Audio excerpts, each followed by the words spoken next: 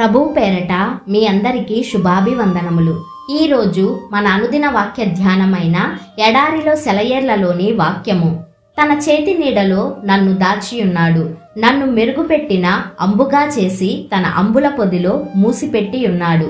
యెషయా గ్రంథము 49వ అధ్యాయము 2వ వచనము. నీడలో మనమందరం నీడలోకి ఏదో ఒక సమయంలో వెళ్ళాలి. ఎండ కళ్లను మిర్మిట్లు గొలుపుతుంది, కళ్ళు దెబ్బతింటాయి.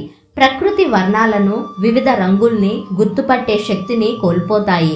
వ్యాధికి లోనై మసక చీకటి కమ్మిన గదిలోనో, మన వాళ్ళెవరైనా చనిపోతే దుఃఖఛాయలు కమ్మిన ఇంట్లోనో కొన్నాళ్లు ఉండాలి. కానీ భయపడవద్దు, అవి దేవుని చేతి నీడలే.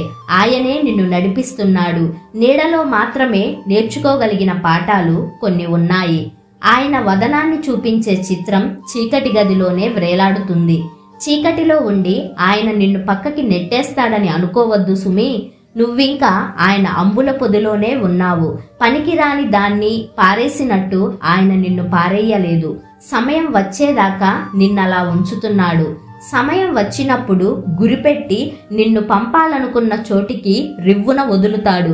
తద్వారా ఆయన మహిమ పొందుతాడు. నీడల్లో, ఒంటరితనంలో కాలం గడుపుతున్న వాళ్లలారా, అంబుల పొది విలుకాడి వీపుకి ఎంత గట్టిగా కట్టేసి ఉంటుందో తెలుసు కదా.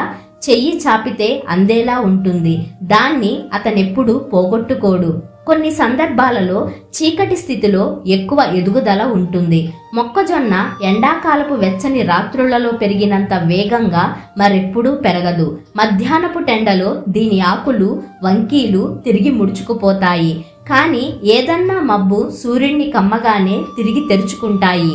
వెలుగులో లేని శ్రేష్టత కొన్నిసార్లు నీడలో ఉంటుంది. ఆకాశంలో రాత్రి వ్యాపించినప్పుడే నక్షత్రలోకం సాక్షాత్కరిస్తుంది. సూర్యరశ్మిలో వికసించని పూలు కొన్ని రాత్రి వేళ విరబూస్తాయి.